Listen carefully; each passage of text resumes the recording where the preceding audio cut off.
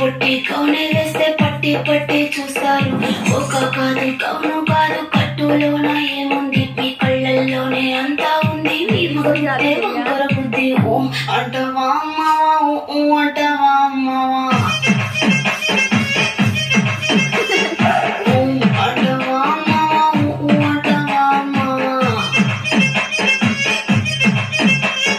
తెల్ల తెల్లగుంటే ఒకడు తెల్ల కిందులవుతాడు, నల్ల నల్లగుంటే ఒకడు అల్లారల్లరి చేస్తాడు.